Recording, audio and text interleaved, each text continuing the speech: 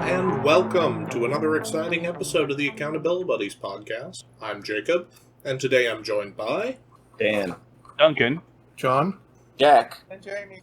And we're glad you're all Yay. here with us. We're here after an exciting week. We've had a lot of individual Legion previews. Our first 4, in fact, start trickling out this week. But before we get too far into that, we want to make sure that we take a little bit of time to go over our hobby progress. Who wants to kick us off? I will go first and astound you all. I got pretty much nothing done. My last time I touched a paintbrush was during our last recording, so I got nothing done except for some organization and cleaning and finding homes for things. And then I dropped all the warlords I was working on, so I still need to pick up that mess. who are you and what have you done with John? Well, Yeah, you did travel for work, right? Yeah, I had a 3 a.m. flight on Tuesday morning and then a 2 a.m. flight on Friday morning. So I'm never going to do that again. I think next work travel is definitely going to be later in the day. They give me a day for travel, and I need to use it instead of trying to get more work done. That So- sounds reasonable. I have a little bit of hobby progress. So I painted an eagle that came with my Massive Darkness. So I only have 206 models left to paint. That was pretty fun. That was all contrast paints. It came out, I thought, really good looking for, 20 minutes of work or something like that, and then letting a couple layers of dry. But in addition to that, I have brought out my 2 Land Raiders for the Ultramarine. So I have a Mark IIB conversion with the Blood and Skulls wraparound tracks, and I have an old original plastic, I guess, Mark I Land Raider, and I had base colored them for the Music City Heresy event down in Tennessee last year, and now I'm going to finish them. So right now I have started throwing decals all over them. Those are looking nice. Thank you. I guess I'll go next. I finished my Fellblade. Actually got him onto the table yesterday for a game for the Kentucky 30K group. And really happy with how he's turned out. And then today I assembled and got the base black coat down for a termite. So that's all I've got done this week. I Hey, can that's go still next. pretty exciting. Yeah, go ahead, Jack. Due to work, I didn't get a lot done this week. Most of what I did was talk to my mother about the new technology in paints and miniature painting because he's planning on working on her HO railroad track, getting that back up and going. Ooh, that's Sounds exciting. So Jacob, Yeah, either one of you guys can jump in here. I'll go ahead. My hobbies this week were of the aquatics variety. I kept a couple different aquariums growing up, and started the hobby back up in something like March of 2019, maybe. And that currently has kind of come to a head with receiving a 40-gallon as one of my Christmas presents. So after setting that up over February and March this year, I've been slowly trying to incorporate more plants and just try to get stock in there and make sure all the fish are happy and healthy and everybody's getting along. I got a couple cichlids maybe 6 weeks ago in hopes of getting specifically Apistogramma, little like dwarf cichlids. I picked those up, and I was hoping to get a breeding pair, and it looks like I've ended up with 2 males, and one really quickly laid claim to the whole tank as his territory, and has just been endlessly nipping and picking at the other one. And so I ended up going back to the same specialty aquatics shop in Indy that I picked them up from to get a couple more, in the hopes that the more of them there are, kind of the more his aggression has to be dispersed across everybody, and just help everybody lead some happier, healthier lives. Pursuant to that, the girlfriend has decided she wants to move away from the synthetic plants that she has in her tanks, so she picked up some live plants and some additional, like, change out some filters that aren't working, change out some heaters that aren't heating super efficiently or reliably, get some new lighting that's capable of plants. So we spent a good chunk of time on Saturday just getting all that taken care of, and preparing, taking friends and family and trying to help them understand how to care for those while we're out and about. We've got a vacation coming up in about a week, so Pine plants are always fun because you always end up with snails, or at least in my experience. I've been very fortunate to not have any snails now, whether that's because like the fish are getting to them and eating them first, or I've just not had any snails. It's hard to be for sure. The only snail I've got right now is one that I've got by choice. Cool. As a cleanup crew for, I've got a tank that's 3 African dwarf frogs. Okay, yeah. And there was previously a gourami in there with them, a dwarf gourami that I moved in with the epistos and tetras and everything that's in the 40, and the frogs have never been happier ever since moving the fish out. So that's been pretty exciting to see and to hear. They're tiny. They're about the size of just like the tip of your thumb, but they do croak, they do sing, and it just barely sounds almost like static if you're not listening for it. So pretty cool. Yeah, that's really cool. I've had aquariums at various points in the past, not haven't for a long time. But yeah, that's fun. That's cool. I didn't realize you were into that. Yeah. I did have an aquatic adventure this week. So with my son and the Boy Scouts, we went up into Wisconsin and did an overnight on the USS Cobia World War II Gatto class submarine. So get to walk through and get some pictures of control panels and electrical equipment from World War II and sleep in the boiling hot crew quarters, and that was a lot of fun though. I've done it at the Silversides in Michigan a couple times, and this is the first time I've been up to the Cobia. They've got a real nice setup and museum up there. Got one of the engines apart, and you can see they've got a piston pulled out, and you can see down inside and see the crank and everything. It's pretty cool. It was fun. I think my favorite picture that you posted from that was you stuffed into the torpedo tube. Yeah, it was fun until they closed the lid for a little bit, and I'm not typically claustrophobic, but it was a little. Only 21 inches across, isn't it? Like 533. Yeah, it's about the height of the bottom of my leg because I got my leg half jammed in there. I had to get some help to get out at one point. So, but yeah, that was fun. They let us climb up in there, and one of the other dads did it, and I'm like, well, I can't be, if someone else is doing it, I got to try it, right? Only once, but oh yeah. I can hear the ancient captain now. Fire the Dan! Yep. So I last time we talked, I had already finished my Dark Angels Jet Bike Squad that I'd been working on for like forever, and I started going through to build 3 tactical squads, or at least get them up and primed. And I was going through all the bits and everything. I realized I didn't have any heads and like Vox packs, so I'm having to order all that, and it's all out of stock. A lot of places hoarding and stocking up for. So I started on a mountainous pile of dead Night Lords, and the model that came with them that I kind of was wanting, otherwise known as the Lion. And so I've been cleaning and sanding and prepping, and then tonight I actually primed and base coated all the parts for that model and diorama, and I'm like high on spray paint. I did just remember I did one other thing. I started mixing Rustall today. So Rustall is a weathering paint that's available on the market. It's actual rust in a bottle. And taking a couple of classes from Mr. Justin Adepticon's back, I realized that there is a way to make it yourself instead of spending $10 a bottle. What you do is you take some nails that will rust, you throw them in a mason jar, and you fill it 3/4 of the way full with as high percentage alcohol as you can find. Isopropyl alcohol, not the drinking kind. And after a while, the nails will actually start to rust. And then what you do is you shake it up as hard as you can and then paint the rust onto things. And then alcohol will evaporate and you're left with actual real rust wherever you need rust in locations. So it gets you that real rust effect without having to do weathering pigments and stuff like that. So I found it harder than I would think to go out and find some non-treated nails in the marketplace now. My wife pulled a whole bunch of old nails off of our fence as we were having parts fall off, and I bought some off Amazon that said do not use outside. So I said, oh, those have got to rust.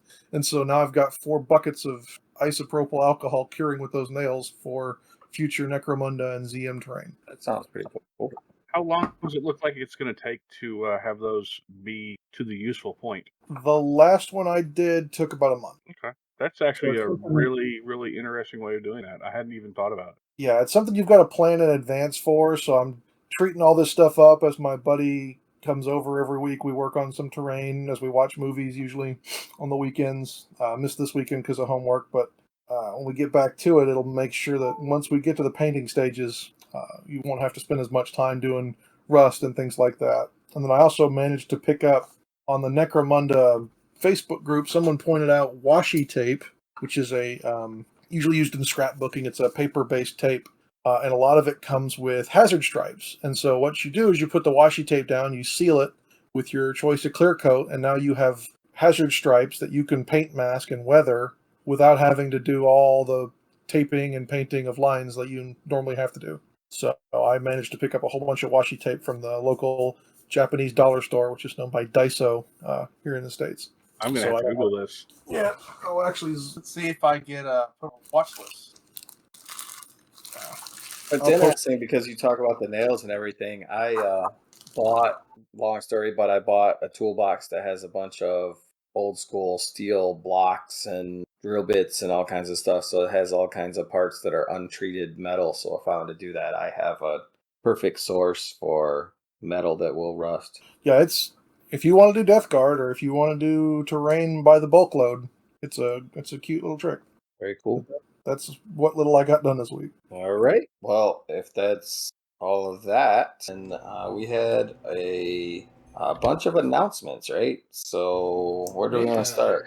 Let's get started with the one Legion specific one that to me was of particular note. Lucius the Eternal has been previewed in his Heresy era scheme and armament. And that was particularly interesting to me because we don't have rules for him in current Heresy. Very interesting. For those of you somehow unawares, Lucius ends up being, by the time 40k rolls around, kind of the champion of Slaanesh. Is that fair to say? Well, then again, how much any of us have kept up on 40k lore since the transit? I haven't really kept up on it, but back in the day, he used to be. I mean, the four champions of the Chaos Gods were Karn for Khorne, Lucius for Slaanesh, Typhus for Nurgle, and Araman for Tzeentch. So yeah, he really kind of was the go-to, as it were. And he... Go ahead. Back in the day, it was really Doom Rider doing all that cocaine. Okay, that's true. But when they removed Doom Rider and his warp dust and cocaine habit, it was Lucius. Yep. And so it's worth talking about in a setting that has at least two non-Primarch characters who are considered peerless duelists in terms of Sigismund and later who am I thinking of? Who's Kurz's first? You have Corswain. Yep, Corswain. You have Sevatar. Sevatar, there we go. And you have Lucius, and you have and Raldoran from the Blood Angels. Yep. They just keep sprouting out of the woodwork, all these peerless duelists. Lucius gained notoriety, at some point became favored by Slaanesh, such that Slaanesh blessed or cursed, depending on how you look at Lucius, such that anyone who bested him in combat, if that person took any joy or pride or bragging rights from having defeated Lucius, that person would slowly become corrupted and would become the next vessel for Lucius, kind of in a perversion of how the Phoenix Lords work for El. Yep, it's pretty much what the old boy did. So it'll be interesting to see how his models shake, or how his rules shake out. The model looks pretty nice overall. Got that scarred up face as somebody who's been fighting through the heresy. Me personally, I'm not the biggest fan of like the gauntlet aesthetic, like those leather gloves going on. But I know some folks really do like that. That's why they brought it back on the latest Mephiston model. So definitely a more visually classic aesthetic. I know some older Marine sculpts had that. I'm kind of torn. I Yeah. really am kind of torn because, yeah, he's got the classic, the gloves on him, and he's got leather straps all over him. Something about those gloves just kind of off-puts me. I think it'd be better with actual marine-powered gauntlet, in my opinion. But again, that's just my opinion. He's still a fantastic looking one. I think those belts that you're talking about, so he's got kind of an ornate upper chest piece that's got some more like Mark 7 type hoses, and whether that's like a vent or a respirator crossing it. He's got then below that a series of leather straps or kind of banding that then lead through this immense like championship belt buckle. Down into a leather belt tabard. Definitely very visually distinctive. I don't think, short of like some of your Dark Angels characters have had this leather belt aesthetic kind of front and center, but overall very very distinct. I thought the half halberd not halberd, The hook blade. Yeah. the blade holder, half holster. Oh, for the okay. sword or whatever Yeah, you wanna yeah. call There it. on his left hip. That's is a kind of little forward. odd choice too. I've never seen anybody with a sword sheathed that the blade is free, but it's just hanging there. So I So thought that was interesting. I'm curious, but I think the hook blade there, based on their descriptor presented Blade of in the the lair. article, yep, that is what Fulgrim is not modeled with, but canonically should be played with. And now, should he canonically be played with it? Very Depending on where in the interesting. heresy we are, Mhm. or where in the heresy the game's being played, as the article itself notes, you can take that away from Lucius and let Fulgrim if Fulgrim's in the list. Which But is realistically, Fulgrim shouldn't really have it at this point anymore because he gave it. yes, which is also kind of akin to Gorechild Yeah. between Karn. Angron and Karn. So does the blade change size? Because it looked not that large in his hands. I don't know. From the pose of it, it's pointing that we've seen is pointing straight at us. So I don't think it's Primarch size. I really don't. For what it's worth, it is a possessed blade, and given that various settings have had your magical and especially cursed items tend to adapt to the wielder, that wouldn't necessarily surprise me. Yeah, but I thought the Fulgrim sucked the demon out of it or something, and it went into him or whatever. Oh well. Fulgrim got possessed by the demon inside the blade. Yeah, Somehow well, we we know- beat it. We don't know how that happened. It just did. Yeah, and we also know that sometimes modeling exactly to what the book says isn't the greatest. See the Blood Angel that came out earlier. Yep, and Ahriman. Ahriman is wildly divergent from his appearance on cover of 1,000 Suns. Yeah. So. Yeah, Thousand Suns still talks about Stormbolters though, so Mm-hmm. they weren't really invested in rules and compared to the story at that point. Yep. Yeah, that Blood Angel has the wrong missing foot, the wrong armor, the wrong everything. It got to the point where I was like, are they just trying to make it backwards? Make it a different guy? I kind of think so sometimes. Yeah. The left hand doesn't know what the left hand is doing. Wait, no, it's supposed to be the right hand. Dang it.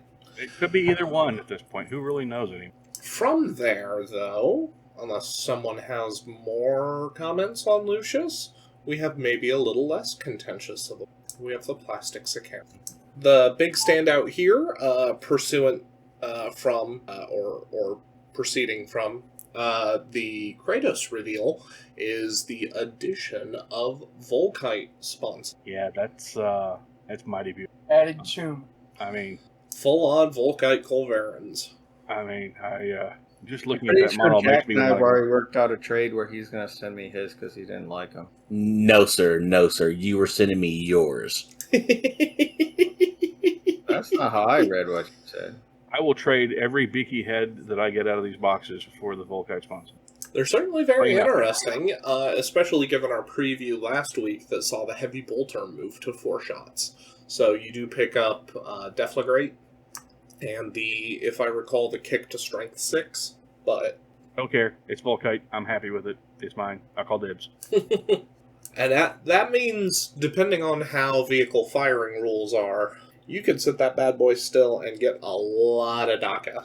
Especially by the time they start talking, you could put a Havoc Launcher, a Multi-Melta, Heavy Bolter, or Heavy Flamer as a pintle mount on the Sicaran. If everything goes really well, glorious as I hope, then that means we can have the big main guns, the side sponsons of the Choom guns. If we can replace that heavy bolter in the front with a Choom gun, and then maybe with luck put a Choom gun on a pintle mount, that would make me really happy. And then I can replace the maybe the turret with more Choom and just be like burninate everything. Well, you almost wonder if the Kratos, we didn't see them indicate that was the case, but you wonder what the pillbox, those little micro turret options are, because it had the same Volkite Culverin sponsons as well as the big Volkite turret. Well, and I was reading a little bit, right, and I think those qualified as defensive weapons, right, which would make sense that you would put Volkite on, in some cases, a defensive weapon. I don't know. Yeah. I had not gotten the impression that Volkite was a defensive weapon. We talk about defensive weapons. Defensive weapons used to exist in various capacities back in 4th and 5th edition 40k. And a vehicle, when it moved, could always fire defensive weapons in addition to other weapons normally allowed based on the speed it traveled.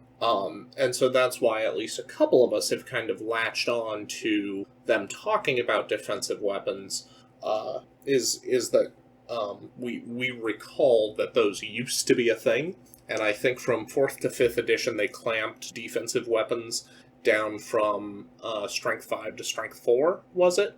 So, Yes. But I was reading something in the packets that they gave out at Warhammer Fest that was posted in one of the groups, and it was hidden. It wasn't in the rule packet. It was in one of like the mission scenario booklets, and they were talking about defensive weapons and how defensive weapons could be fired at certain points in time. But it gave the impression that any weapon, depending on how it's classified on a vehicle, could be a defensive weapon. Yep, and we will talk a little bit more about that once we get to the Emperor's Children, because I know they were part of that preview as well.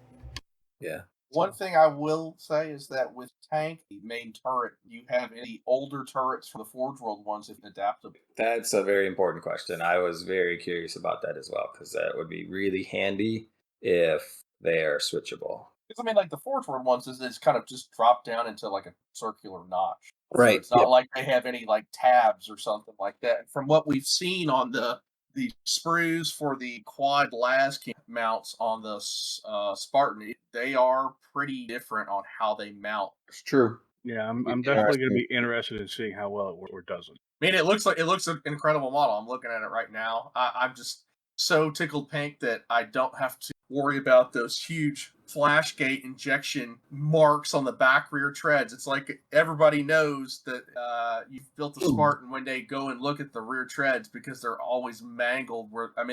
So literally the worst possible spot that they could have put that flashgate. I think we talked about that even in a previous episode before they officially announced the plastic Sakaran.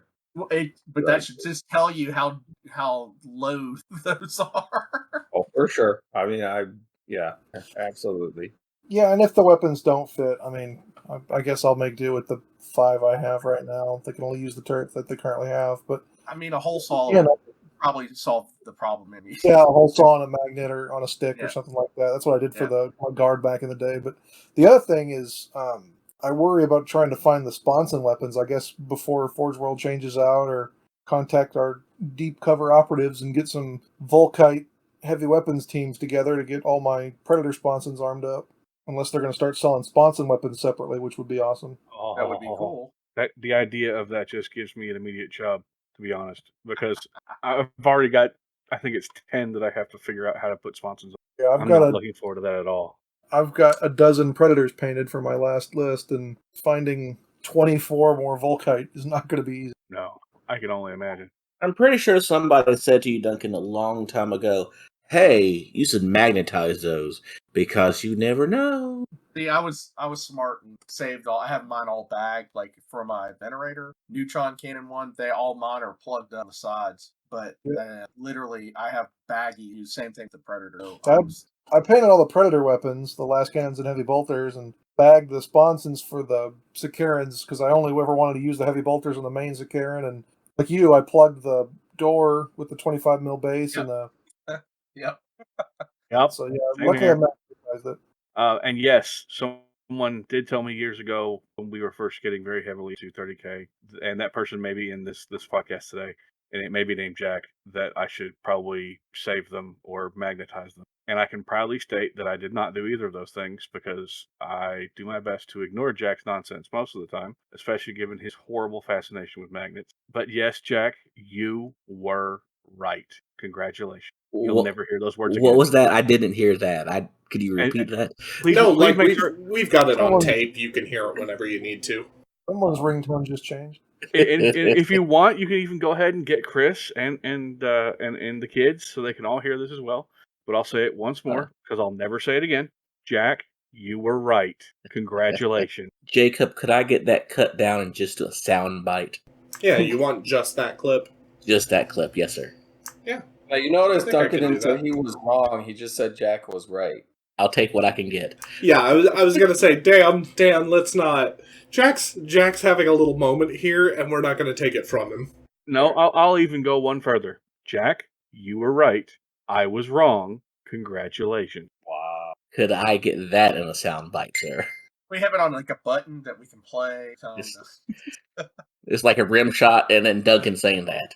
I don't mind it because, of course, when we started getting into heresy, like 10 years ago or so, there was no point in them, honestly. You wanted to have, at that point, the 115 point Sakaran because it was 115 points, and why would you want to add 30 points for sponsons? It didn't make sense. Yeah, because the last game, if I remember. Yep, So. I think it was like 35 or 40 points. Thought there were Yeah. 50.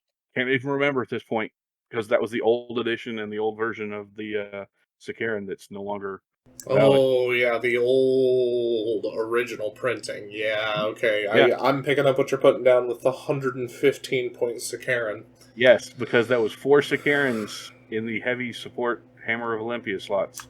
Yep. And then 10 Siege Tyrants in the elite slot. Where have I seen?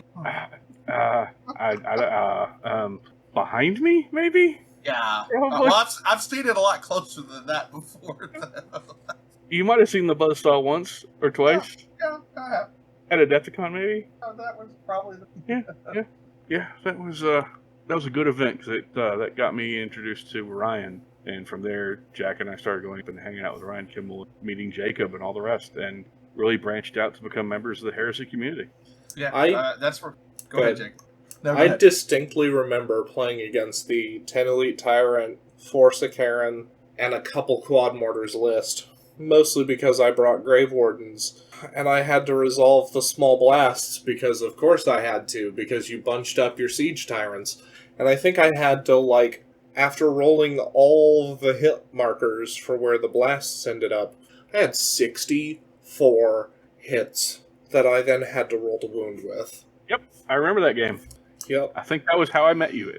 Yep, you and I were just like, we'll get 3 turns in this 2.5 hour round because we're doing this. Now, sure enough... But it was still a fun game. Oh, it was hilarious. I think, both Ryan and Alex came by and they were like, what are you guys doing that you're still in the same shooting phase that you were in 15 minutes ago? No, not the same shooting phase. The same shooting attack. Oh. Yep.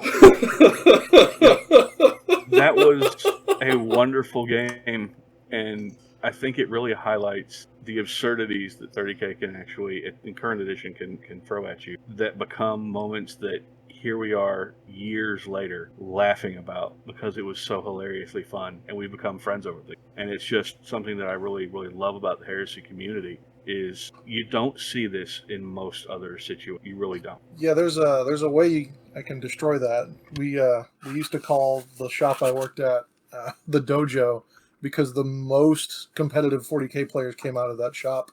And as a joke, we decided what happens if we wanted to king make one event.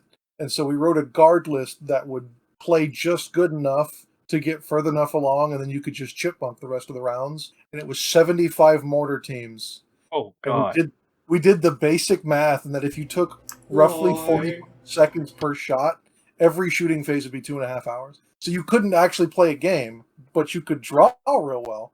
It's the unbeatable list. You Yeah. can't lose. God, that is absolutely evil. Like, it's like, It's a great way for you to play your friend and be like, oh, I guess I'm not going to shoot these mortars. Oh no, I'm being assaulted. I'm losing. And then if you play against someone you don't want to win, I'm going to start firing these mortars here. That's just hideous, and I'm glad, honestly glad, that we don't see kind of stuff like that in Heresy, because you don't want to. You want to enjoy your game. You don't want to kingmate, because it's not a tournament setting. It's this is thematic, this is having fun. The end. Yeah, we never built it, and that was near the tail end of me quitting 40K. It was about 6 weeks after that. I went to an event, and the garrote cannons were real big, and ended up playing a guy in the last round. We were on table 75 out of 150. I walked up and I said, "Look, dude, there's no way we can win anything. Let's have a fun game." And the guy responded with, "No." And he kept trying to get me to resign every turn. I'm like, "No. You said we're not going to have a fun game. We're going to play this one down to the wire." And I slow rolled and I slow played. I hated it. And that's literally the game that killed 40K for me. And then I picked up Heresy and never looked back. As we Well. talk about this, all I can think from a radically different game system was Alex and I were playing Star Wars Armada, and the Raider had just come out. And of course, the Raider being like the cheapest true ship in Armada, Alex starts running the numbers and he's like, how many of these can I get in the list? And the math was like 9 of them. And he's like, cool, one's going to be my capital ship. It's going to sit in the corner and just try to not die. Or it's going to take the longest way around the table. And he's like, in the meantime, the rest of the list, these 8 raiders, I'm going to play lawn darts with. Because ramming said both you and the other ship take a point of damage. And he was just like, well, looking at the numbers, somebody at Fantasy Flight didn't playtest this at all, and you can actually play this. Somebody didn't believe him, and thankfully he did this outside of a tournament setting, but he was just like, no, come on, let's play this out, let's see it. And they were just like, oh, well, that's a mistake. Yeah, it is. He's like, don't tell anybody, don't take this anywhere, just know that's what this is or can be. And that sent Alex down a very dark path where he played 300-shot Fire Warriors in 40K and was met by at least one opponent with, oh no, I've heard men tell tales. No, it can't be. And see, that's the kind of thing that we personally do not Yeah, wish. Starship Troopers. Because as ridiculous as it sounds, it's not fun. Oh, The Starship Troopers miniatures game had the same problem. They obviously didn't. They thought people were going to come in and only have ever played their game. oh, And there was enough you could take for bugs that made them half points, but made them only 1 stat point lower. And so I just went, well, what happens if I only take bugs? And then ways to deep strike the bugs, because it was like you could make burrow holes, and they could just come out. And my friend was like, "Oh, well, this game has a reaction mechanic that if you don't get into combat with me, I shoot you." And I said, "Okay, let's run the dice on this." And so my list was literally 400 crap warrior bugs and 5 holes to come out of. I'd place 1 hole in front of the opponent, 1 hole behind them. That way, if you flinched away, you'd actually be getting closer to me no matter which way. And all we had to do was run the math, and he was like, "I don't want to play this game anymore." games are exactly as much fun as your community lets them. And Yep. so for those folks who play those game systems where you run that super aggressive, I've hammered this out and I'm pretty sure this is the best math I will ever get, more power to you. It's just really exciting to be part of a community that has a different societal construct, has a different set of agreed upon rules than that. Yeah, that's been the problem I've also had with people trying to come back into Heresy locally, is they're used to that. Take no prisoners, stomp on all the privates along the way, do everything we can to win. And I've had to tell a few people via text messages, like, look, I know you, and I remember the way we used to play, and I'll be completely honest with you, this isn't going to be a game you're going to enjoy if you come into it with the same mentality you had before. You're going to get 1 or 2 events that you play, and then no one's going to want to play you anymore, or they're going to have a sit down and say, look, maybe you should try something else. Heresy is a great game with that old D&D mentality of, the game is what you make of it. Yes.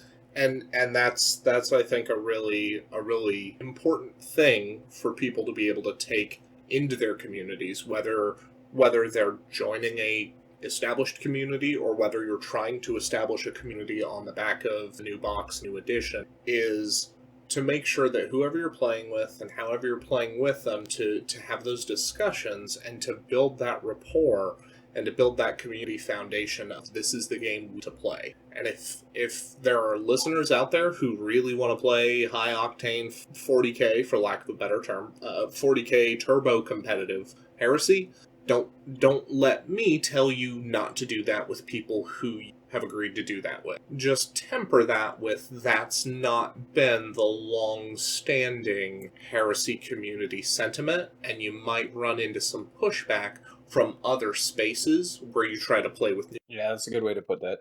It really is. Obviously, as you just yourself stated, we're not trying to tell other people how to play the game. That's not us. Your game. You're going to play it how you like. This is how we perceive the game. And Well, and I think we've been to enough events and run events, and for the most part, that's the people who are going to show up and will be across the table from you at most events are in that same mindset. Not everyone, but the vast majority are.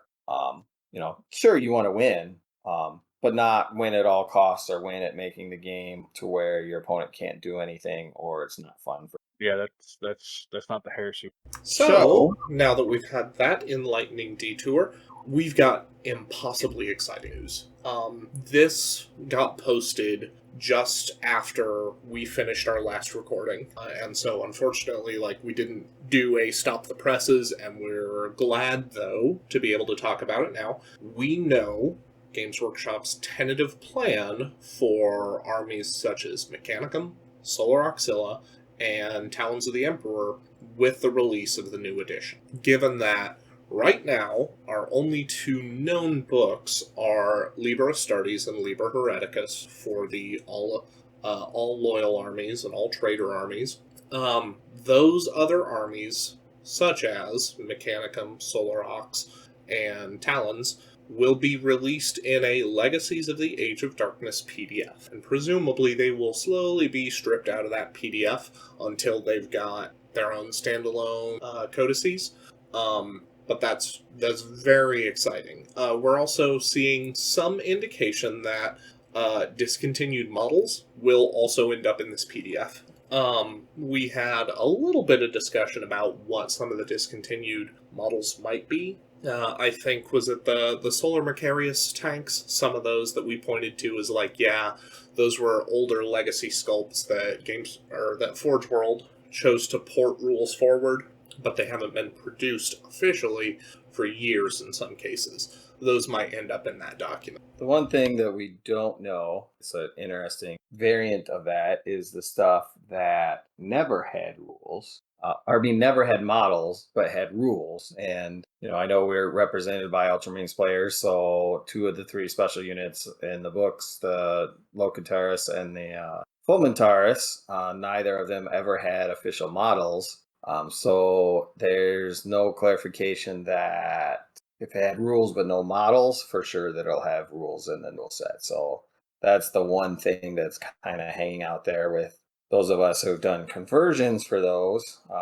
Not sure how that's going to fall out, unfortunately. But otherwise, yeah, that's huge news that everything that has models will have rules for sure. So I know, was it when 40K cut over to 8th edition that they scrubbed anything that didn't have an official model? I know that happened at various points during 5th and 6th edition, owing to some of the disputes with some of the third-party companies which were producing competitive models to what Games Workshop was not shipping with codices. Big ones that came to mind were like the Tervagon, the Spore Pod, and Thunderwolf Cavalry. So yeah, it was not in the original 8th release. It was when they did the first big point redo. So like the first chapter approved book or whatever it was, when they started getting rid of the things that didn't have a. Sounds about. So yeah, like I say, it'll be interesting. I'm not losing sleep, and I'm not gonna rage quit playing Heresy because I have 5 Volantaris and 5 Orcataris converted and won't be able to play them in the new edition, or I'll have to find something else to use them as. But it would be nice if they do end up with those rules at some point. Yeah, I certainly hope so. I've had a couple folks lament, like, oh, what happened converted to X, Y, or Z? Friend of ours, Lemmy, who just did the Black Shields we talked about as part of the April 30th tournament rundown for Martinsville. He's kind of caught in the lurch with that army, where he's just like, oh, we have no idea what Black Shields might be in the coming. Yeah. My militia are really worried about that because there's been rumors that they're going to roll Solar Ox and militia into one list. There's been really nothing that they've said either way. And like Dan, I've converted a lot of stuff that had rules but no model. Right before we started this cast, I finished 10 nullificators and 6 Cordis Contemptors. So I don't want to try to find new homes for those because they're pretty heavily converted. I'm sure that amongst the Heresy aficionados, that no one's really going to complain. We all love Heresy, and it's this. Well, and there's also various feedback to Games Workshop, Forge World rules writers too that say, hey, all right, this is all fine and dandy, but why don't you have rules for these guys? And maybe they'll do something with it, even if they don't have anything right up front as well. And there's always mournful. Yeah. Depending on what goes on, there's always a possibility. Or any subset of community written and tested rules. So that's a potential too. I would prefer something that wasn't taking that route, obviously, but if that's where it goes, that's where it goes. Well, from there, are we ready to get into the individual Legion preview? Let's do it. All right, so seemingly Games Workshop's on track to do these in order, going about 4 a week, leaving Thursday free, seemingly, for model previews, which is totally cool. So Monday of last week, we got the Dark Angels, including 2 unit subtypes, which seemingly are forks of their current Hexagrammaton Legion Astartes special rule, as well as our first hint at something larger and more interesting, an advanced reaction, or a Legion-specific reaction. So we'll go ahead and just from the top, we've got the Stormwing unit subtype. All models in a unit under the effect of this Hexagrammaton gain +1 to hit when rolling to hit as part of a shooting attack, including reactions with bolters, combi bolters, or bolt pistol. All models we've done away with, and this hinges on stuff that I pointed out in the rules packet last week, where suddenly the tanks now have Legions Astartes special rule. So gone are the days of just your infantry having Legions Astartes. Now your tanks have it, your dreadnoughts have it, seemingly. Whole shebang. So +1 to hit with bolt weapons. Alright. Then we've got the Iron Wing. All models in a unit under the effect of this Hexagrammaton subtype may re-roll failed to hit of 1 when targeting an enemy model with the vehicle unit subtype. In addition, a model with this unit subtype and the vehicle unit type makes snapshots at ballistic skill 2 instead of ballistic skill 1. So for, I don't know, someone like Duncan who wants to play the all-choom all-the-time tank, go ahead and stun me. I'll still make a reasonable attempt at shooting. Yep. Pretty cool. And likewise, if you've ever wished, like, Heavy Support Squad, or your Tactical Support Squad, Dreadnought maybe, would land just a couple more hits. And keep in mind, this currently, as worded, just says reroll failed to hit rolls of 1, which implies both melee and range. So if you need a Dreadnought to really just run out there and make a mess of enemy armor, Iron Wing's a way to do it. Well, your 4-shot Spartan all of a sudden shooting at the Fire Raptor is a much better proposition hitting on 5s and 6s than just 6s. Yeah. Assuming that all runs very similarly to current edition as well, right? Yep. So you would go from hitting 1 shot from those 8 las cannons to hitting 2, almost 3. Duncan, were you just holding up a giant horse suppository? I was holding up the termite that normally would house my suicide plasma vets who pop up behind something and then proceed to give all the plasma and then kill most of themselves when I roll all of the ones. That would be really helpful in a situation like that. Yep. Although we already know plasma's changing significantly, but absolutely getting something out there to help mitigate gets hot is extremely valuable. Yep, that's going to be, I think, really kind of a super huge thing for the Dark Angels right there, like that. If they're And going with to go with it. and with a greater transport capacity, you can throw in a character or two and an apothecary. Yep. Yep. Next Another- up, But I was going to just throw out there the other thing that's you pointed out to me, because when we looked at these compared to some of the other we get to originally, I was thinking that they seemed like a little underwhelming rules. But the fact that you can choose and the choice is a nice advantage that will make Dark Angels more useful in general, I think.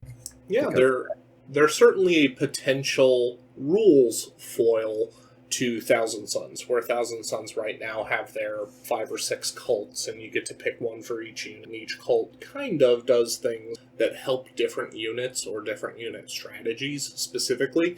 The ability to do that here is really, really potent, especially when one of them, even if it's only against one type of enemy model, rerolling dice is always really, really valuable, and therefore relatively expensive in line space. So, Yep.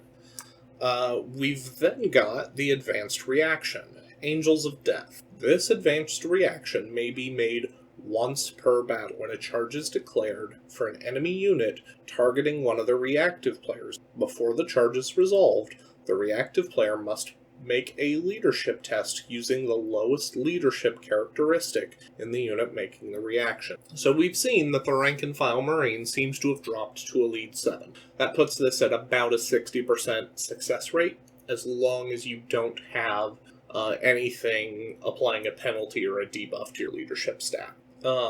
If the test is passed, all models in the reacting unit gain Fear, until the end of the controlling player's next turn. If the leadership is failed, all models in the unit making the reaction gain Stubborn and Fear until the end of the next turn. So even if you can't successfully wedge yourself back out of combat, the turn this happens, the fact that you kind of get to take 2 bites at it, or you can dive in, use this as part of a counter charge, and then use that to pull yourself into and through the next combat, potentially. Really, really impressive stuff.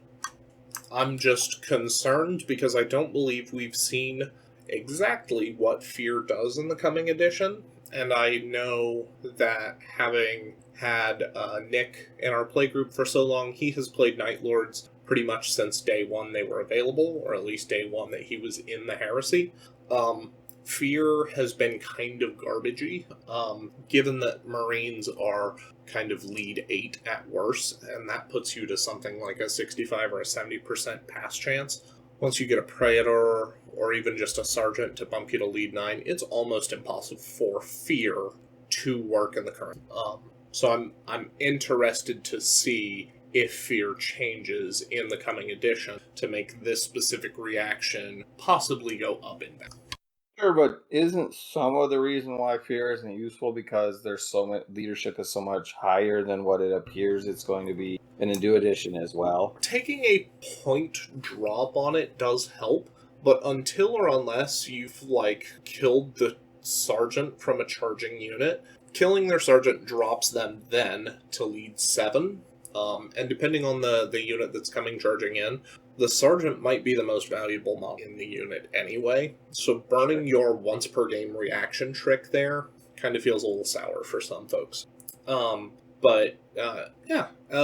even then, they'll still have, at worst, at a leadership 7, they'll still have a 60% chance to pass. Not great, especially considering Fear has such a strong upside. But just something to be mindful. Honestly, kind of curious, not about the effects of this one, but how many individual special reactions are each Legion, and can each one of them in every? That's Well, yeah, and it speaks to, in general, we don't know what the reaction economy is going to be like Yeah. anyway, right? So, am I going to have, a reaction every turn? Am I going to have 2 or 3 reactions every turn? Does it depend on how I built my list? How do I get less if I lose HQ choices, right? I mean, so the strength of reactions is very much going to depend on once we find out what the reaction economy actually pans out to be. Yeah, it's going to be different, obviously, and it's definitely going to be something that's going to be something that everyone's going to have to factor into how they play. I think it's going to add an interesting dynamic to overall game. I'm just hoping it doesn't come to become like too many reactions in the same phase. Like, oh gosh, no, they shot at me. Now I get to charge this guy, and then I get to counterfire on that guy, and I get to whatever to the third guy. It just seems a little wonky, but Yeah. we'll see. Yep, it's definitely got the potential to go sour, but as I indicated kind of earlier, we started talking about command points and how those shake out in 40k. Most people who I know who are still in 40k feel like command points are significantly better implemented and integrated into the edition in 9th than they were in 8th, which serves to reason. Again, you've got the same capacity here to continue building on iterative knowledge.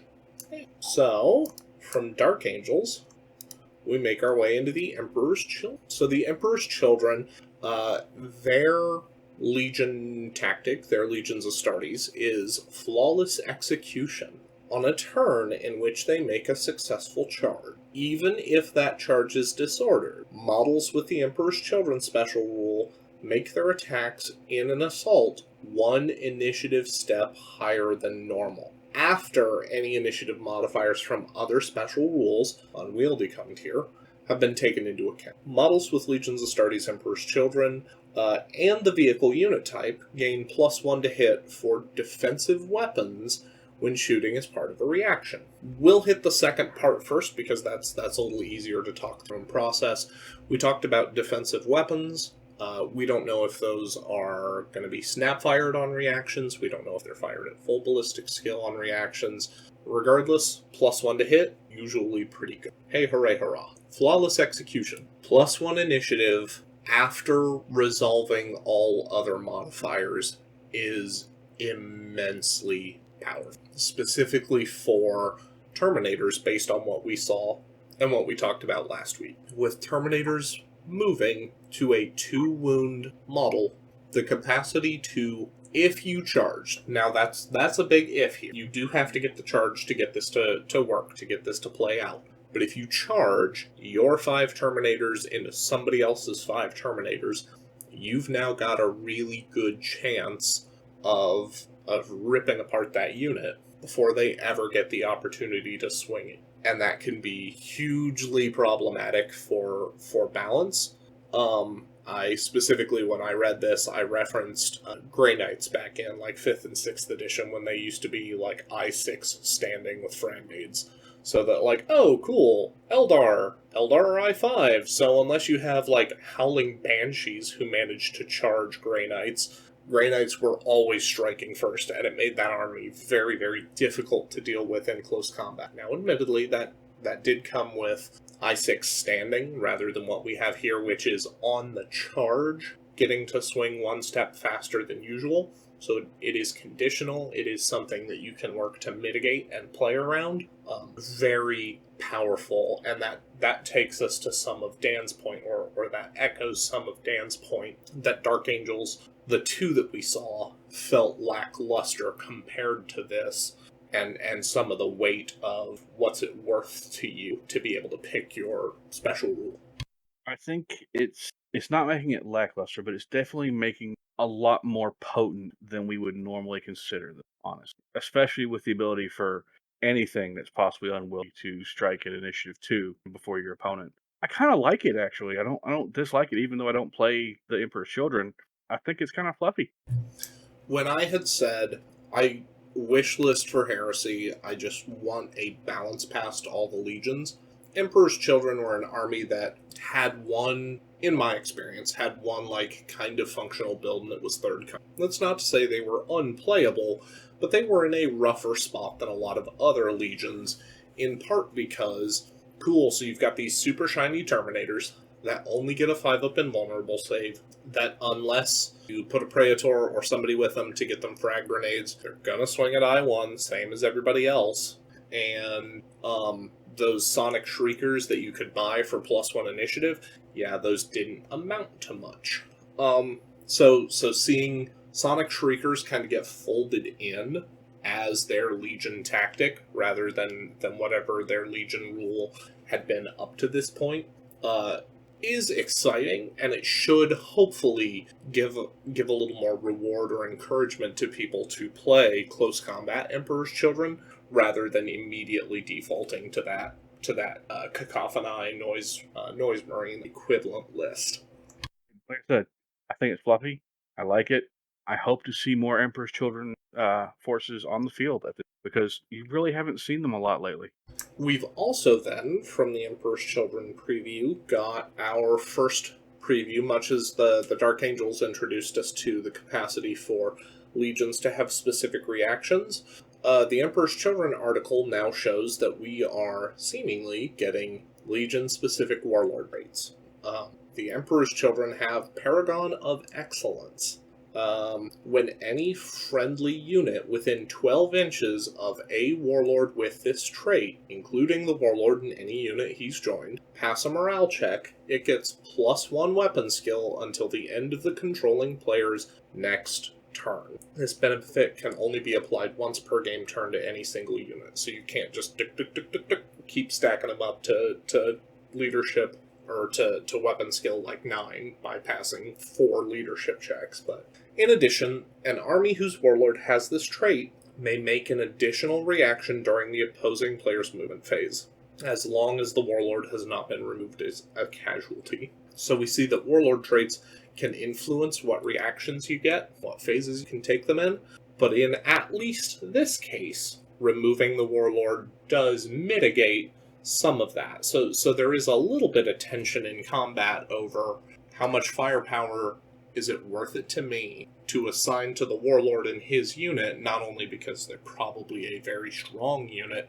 but also on the basis of, well, if someone kind of separated or diced things up, and you've got the warlord with kind of a moderate unit, and then you've got, so in this instance, I don't know, maybe your warlord's with some weapon master vets, or with a command squad. Well, I say weapon master vets. We have no idea if or what veteran tactics are going to look like, given that those even changed with the last FAQ we got for current heresy. Anyway, if you put the warlord with a unit like that, and then put your Phoenix Spears in another unit, now you can kind of put your opponent between a rock and a hard place, where it's, okay, I can either shoot the warlord and try to get the warlord trait out of the equation, or I can try to go after this big unit of Terminators that might have AP2 that's able to swing before I get the chance to. Yep, and in addition, remember that we already talked about the new attack chart, close combat attack chart, meaning that +1 point of weapon skill is more useful now than it, or will be more useful than it is with the current version of the rules on top of that whole discussion, right? Yes, absolutely. Getting a warlord trait out there that will let you buff standard Terminators, or even just like rank and file assault marines or tactical marines, and drag them up to weapon skill 5, that can absolutely turn the tide. So yeah, pretty useful. I'm digging it. Very exciting stuff. Duncan, I figure since you actually play the Iron Warriors, if you'd like to go ahead and introduce us to what we saw from them in their article. I would be happy to. So first off, we have their Legion rule, at least one of them, being Rack and Ruin, which is when a model with this special rule makes a shooting attack or melee attack targeting a model with Dreadnought, Automata, Vehicle, or Building Unit type,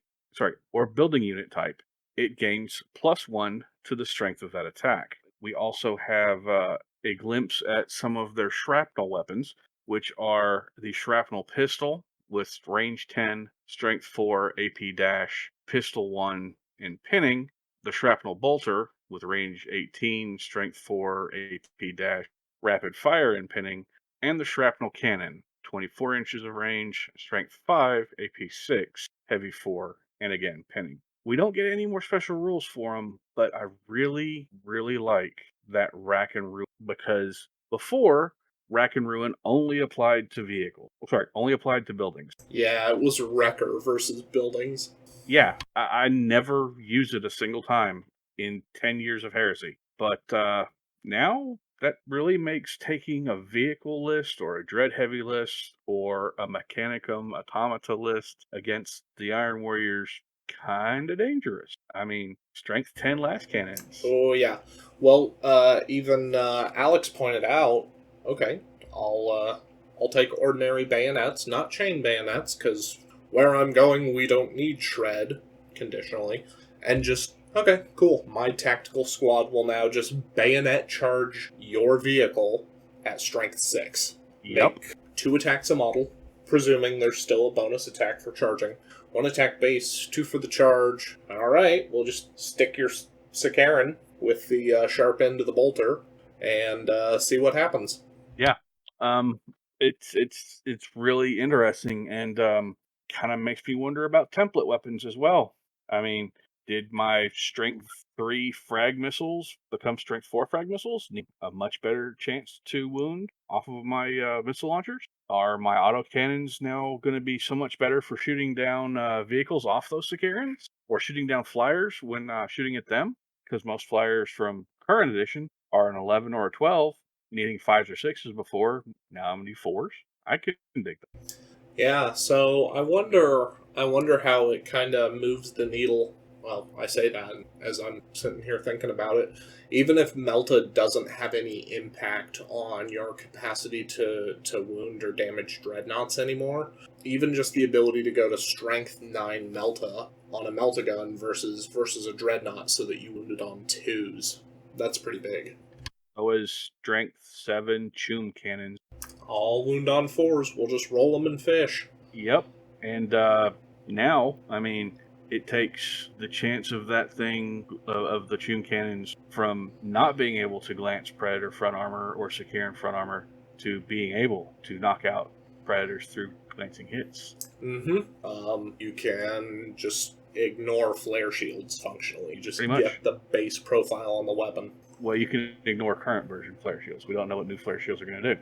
I thought we saw the new flare shield in the document that came along. I could be We wrong. saw that it's on the Spartan, but we didn't see the rules for it. Okay, that's fair. I had thought we had. I might be misremembering, but and it's interesting to see the shrapnel round minus 2 points on AP, because in current edition it's minus 1 point. But you get to move it onto pistols and normal bolters, even though it also now degrades your range. It'll be interesting to see if they want to charge you points for this variant. So really It also throws the question after we were just talking about the Emperor's Children with the special rule about if they passed a leadership test. It makes you question whether no. They're on the same side. They're on the same side. You're never going to shoot panning rounds at Emperor's Children. Oh, no. Don't say never. Come on. Speaking as someone who plays Kier Valen a lot, or played Kier Valen a lot, I fought Emperor's Children many times. We get it. You're a hipster. You played Loyalist Iron Warriors. Yeah, I did. You don't even need to be loyalist to shoot Emperor's Children, though. Oh, that's fair, yeah, because Emperor's Children do have a remarkable loyalist contingent on their own. Yeah, like Well, targets. The problem is that shooting the Emperor's Children, they'll just like it. Ooh. I was thinking more of the when Fulgrim stole all of Purdy's power and tried to stab him in the back and did all that crap. I mean, Angel Exterminatus. Yeah, I was going to say that was Exterminatus. That's a very good point, John. I hadn't even thought about that. But that's all we get for the Sons of Perturabo today. We, of course, get another beautiful picture of Perturabo, and we get a glorious picture of Fellblade and a whole bunch of Iron Warriors tanks all up in a line, ready to cruise forward and do something. But of the 3 releases that we have seen so far, it didn't really have a lot of oomph to it, comparatively, in my opinion. So, is that... I wonder if that's the existing Deimos Rhino kit or the new one. It doesn't have the smoke launchers or the searchlights as if it's the new one. I'm just noticing that's a Deimos Command Rhino there in the picture. That's And I think that's a third-party Dozer Blade, too. really don't know. I think no, that's actually the Forge World doors. Those were Blade. Okay. Isn't that the old Razorback? dozer blade? Because it had the dozer blade that you see on the Predators that are up front. No. The Razorback had a big. I've got one. The big flat push blade, bulldozer blade style. Not the. That was a separate launch. That was something completely different. I bought a dozen of them for a Grey Knights list that I ended up having to run in 5th edition, and I had to buy real Forge World ones because they required modeling every upgrade. But yeah, those were Forge World upgrades for dozer blades, and they're almost as tall as the damn tank. No, there's a plastic dozer blade that's like that. That was like 2nd edition. That came with. Sir, I believe, are thinking about the one that's also with the Lehman Russes and all the Imperial Guard tanks. Yeah, is that not that one? I guess maybe not. No, that's a Forge World special one because I've got one of those because I got it as a gift. I've got quite a few of those. In fact, I am right. Well, now that I've sent us spiraling down the rabbit hole as we analyze the Zapruder film to figure out whether or not we have a new set of bits, are we featuring third-party bits, who knows? I would like to point out that I don't think those are Forge World Predators. And the reason I don't think those are Forge World Predators is because I don't see horrible gaps everywhere. Yeah, the tines are a little too straight on the dozer blades, aren't they? Yeah. And also, doesn't the cupola on the top of the turret, isn't it offset on the Forge World ones? I don't know. I've never actually bought a single Forge World one. To be honest. I have. No. It looks offset. The ones that I use are, but that's because I use the older ones. I use the 2B. Yeah, I have one that I've actually painted it in the paint classes. One of my twins has made off with the turret, left me the barrels that I had painted for it, and then left me the tank. So don't really know what I'm going to do at this point, other than maybe try and buy a turret. Nah, the cupola looks turrets are like it's in different. the right spot. Okay. The gun mount is different from the Forge World one to the picture we have here. Okay. Well, really? What's different? Yeah. I'm sitting here pointing at the screen because everybody can see me. Jesus. The gun mount, the little sensors you have right there. Those seem to be on the Forge World model. They're on the Forge World model, but these are more pronounced. They're thicker, if that makes any sense. The amount of space you have there. Yeah, that's definitely possible. Yeah, because I see where you're saying they're running like right up to the edge on here. Mm-hmm. And Forge World, they don't seem to run quite up to the edge.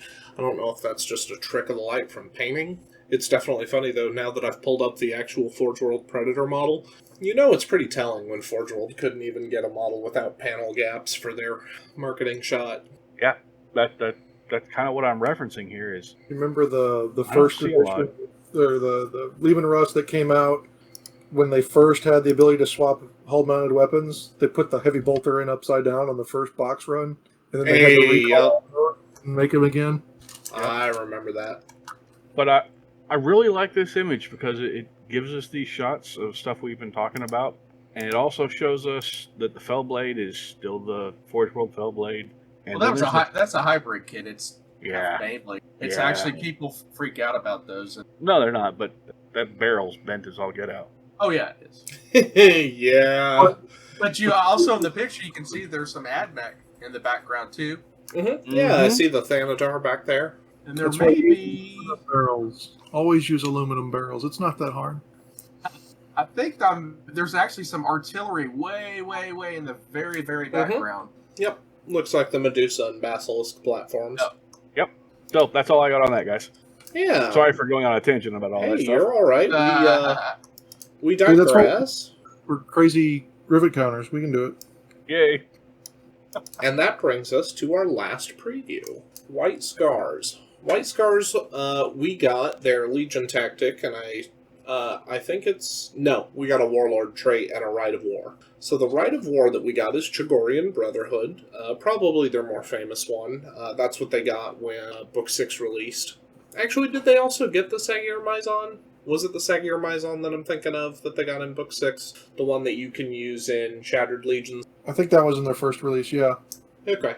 Anyway, Chagorian Brotherhood, Legion, Skyhunter squadrons, and Outrider squadrons may be selected as troops choice in this detachment, and such units gain the line unit subtype. Okay, so presumably that line unit subtype might have a hand in if units are scoring or not. We can't be sure of that. That didn't end up in the packet that we got. Legion Skyhunter squadrons and Outrider squadrons may also be selected as elites choices, though these do not gain the line subtype. Interesting. All models with the infantry unit type in the detachment gain the outflank special rule. Big changes here. This Rite of War A, as presented here, does not present with a drawback. And that means B, this Rite of War no longer clamps your heavy support choice. So it used to be that when the 6th edition iteration of these rules came out, I think you were limited to only fast heavy support choices. And then when the final rules came out in Book 8, they limited you to a single heavy support choice. And that may all just kind of be washed away now. And then we have the Warlord trait, Born to the Saddle. The Warlord and all models in the same army with White Scars and Cavalry unit type ignore the effects of difficult terrain and gain a 4+ invulnerable save against wounds inflicted by failed dangerous terrain tests. So this is not stated here explicitly, but the implication is that failed dangerous terrain tests will now bypass armor save. Yeah. In addition, an army whose warlord has this trait may make an additional reaction in the movement phase as long as the warlord has not. Seeing dangerous terrain ignore armor saves is a big shift. What was that, 5th edition, where it was still that way? Yep. 5th edition, though, it was no saves of any kind. You just failed the dangerous terrain test and just splat. I think there's another thing that... Was there rules for failing it, or is it still just a 1? It doesn't present the rules for failing it. Presumably it's still only on a 1, but... Because someone I'd seen, and I don't know if this was pulled from some other article or something, someone had mentioned that there were different varying levels of failing, and maybe that failing on a 1 was catastrophic, screw up and die, and then other failures you might get a save still. Certainly so I don't know possible. But yeah, that's something I'd seen. I kind of like that we at least have the chance to abstract, or to say, okay, by the time you've already rolled a 1 for your dangerous terrain, rolling then a subsequent armor save, you're kind of rolling dice, dare I say, for nothing. And that, for what it's worth, did make it easier to just give White Scars move through cover on their bikes and have that not be as complicating as to how balanced that was or wasn't, because how many Marines in a year do you think die to dangerous terrain? But conversely, it definitely felt like whether you had moved through cover or not, you were just kind of sitting there rolling some dice, kind of futzing around with it as a formality rather than because of any immediate or actual concern as to the fate of your models. Yeah.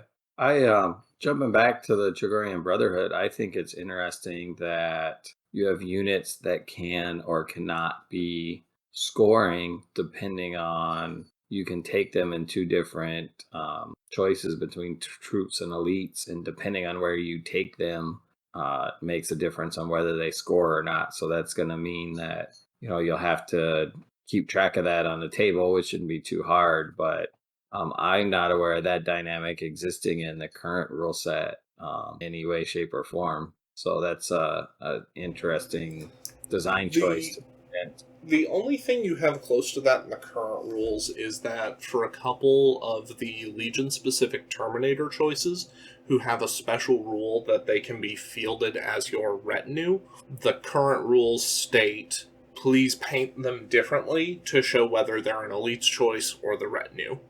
But yeah, that's definitely interesting that you could have 3 different units of Outriders, one is a fast attack, one is a troop choice, one is an elite. And you're having to figure out... can you? We don't actually know that they're still in fast attack. That's fair. That's fair. They could totally be a heavy support choice for all we know. That'd be surprising, but...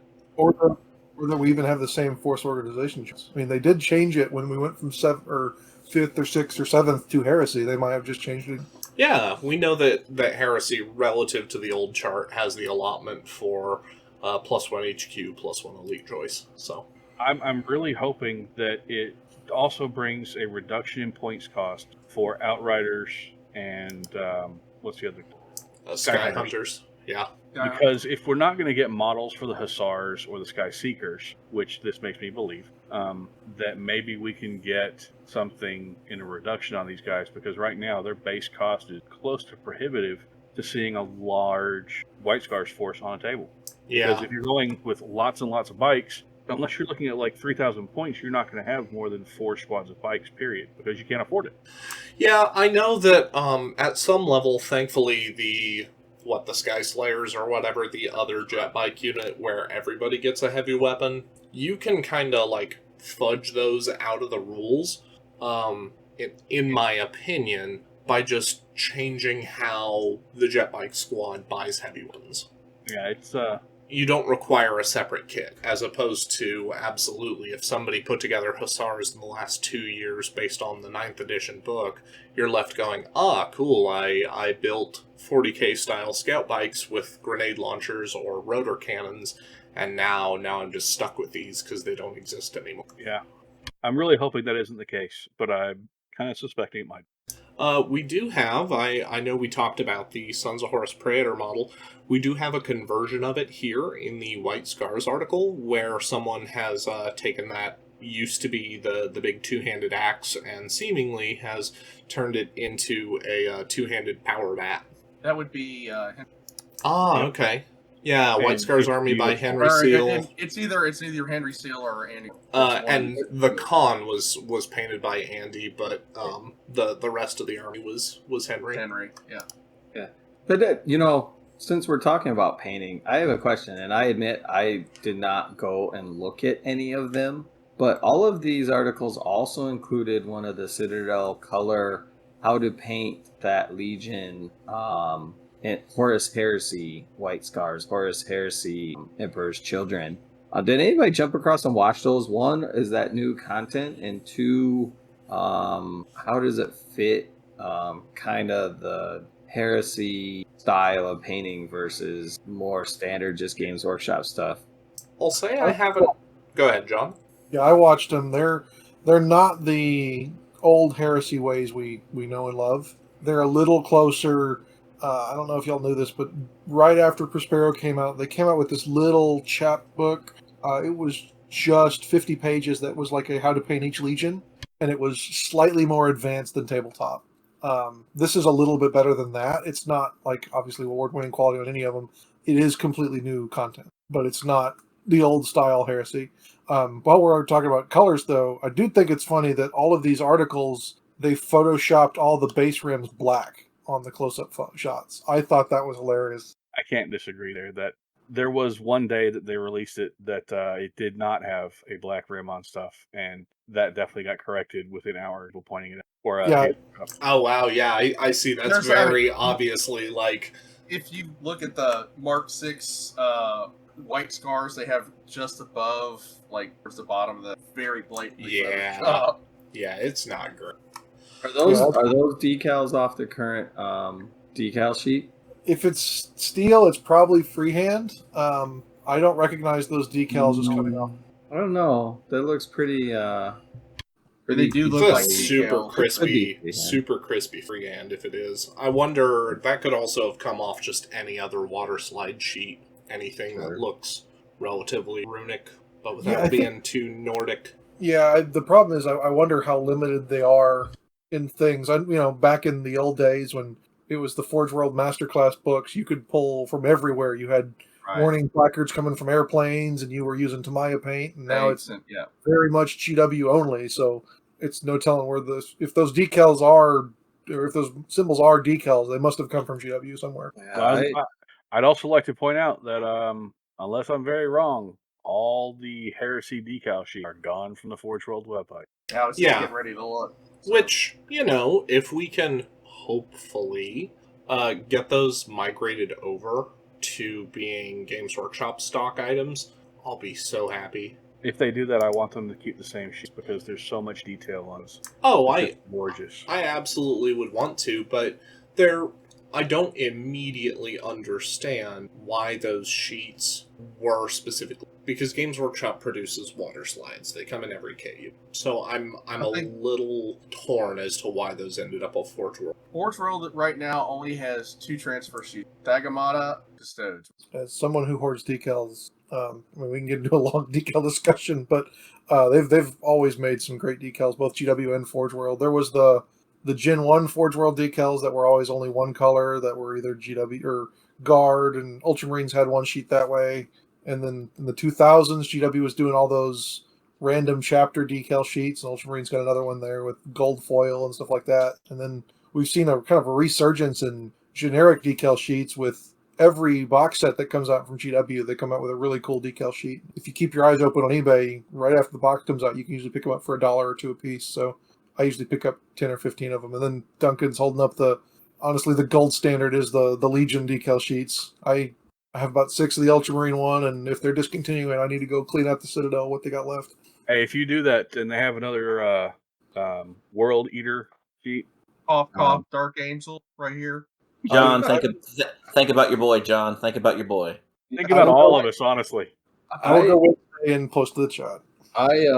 I looked at the Blood Angels ones for the army I'm planning on doing, and I honestly am going to wait and see if they came out with new ones instead, because I wasn't impressed. But You don't like the glorious super huge angel that fits only on a banner?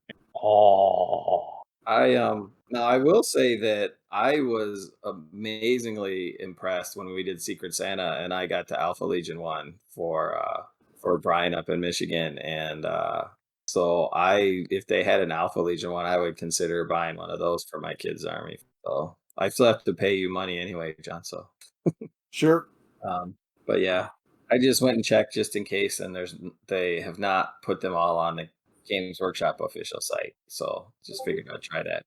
Yeah, and I expect that much like certain other models that like we've seen Forge World be like, hey, these are getting discontinued, but they aren't launched on Games Workshop site yet, and some of the Heresy stuff on GW site is just difficult to find in general.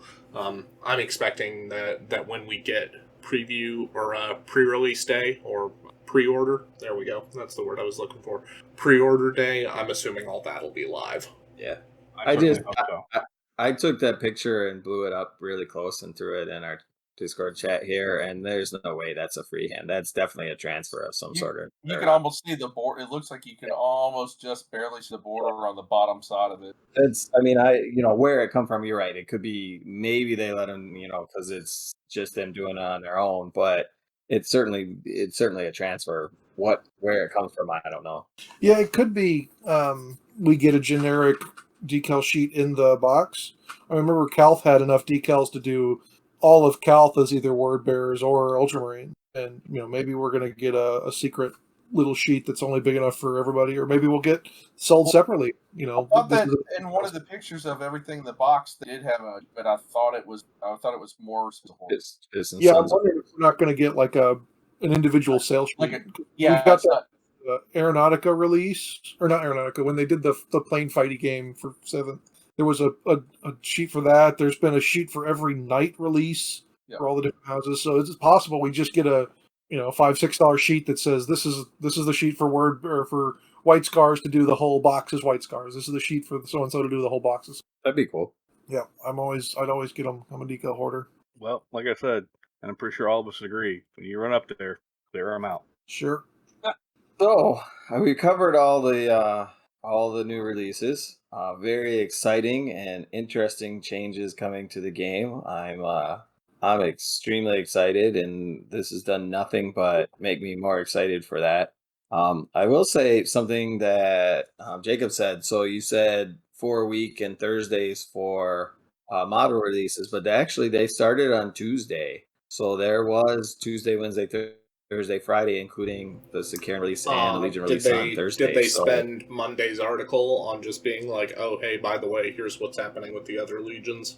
Yeah, I believe that was Monday article release. And was Lucius on Monday? I believe so. Yeah. Yeah. Yeah, it was pretty early in the week because people were like, whoa, what's this?